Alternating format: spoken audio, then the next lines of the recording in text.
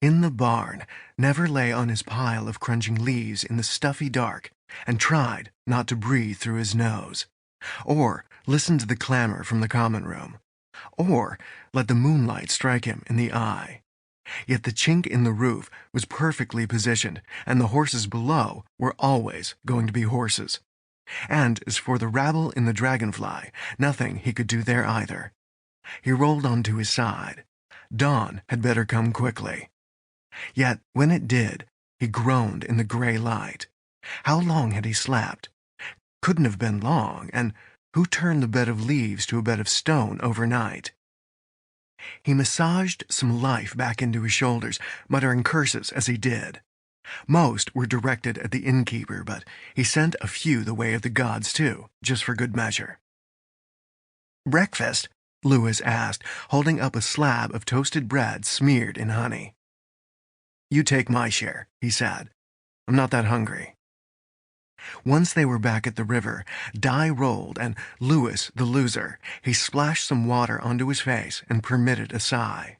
At least it was cool. They set off, and the passage of the boat created enough airflow to simulate a breeze, which soothed his dampened skin. "Look," Elena said. Lewis paused at the oar and never lifted his head from the water. Beyond her pointing finger lay a sheer rock face, jagged and broken, yet looking as if a giant had cleaved an entire slab from the mountain. The tower that overlooked Togan perched near the edge of the cut. Stone peeked out on the opposite bank, extending from the shore. Nearby, two fishermen were already at work, lines like thin white strips of fire streaking from their rods. The black lattice of their nets cast through the air to splash into the river. "The water is always clear here," Elena said. "You can see some of the remains of Tolgana below." Never steered them closer, one hand on the tiller, the other shading his eyes from the sun. It sparkled on the water, but when the boat neared the slide, he could finally penetrate the surface. He whistled, even as Lewis gave a soft gasp. A dozen feet below the surface rested buildings. Mostly intact, the closest bore arched windows and open doorways.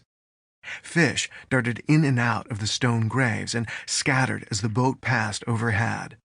Further below lay rubble, but half buried within was the hint of a statue's arm and torso.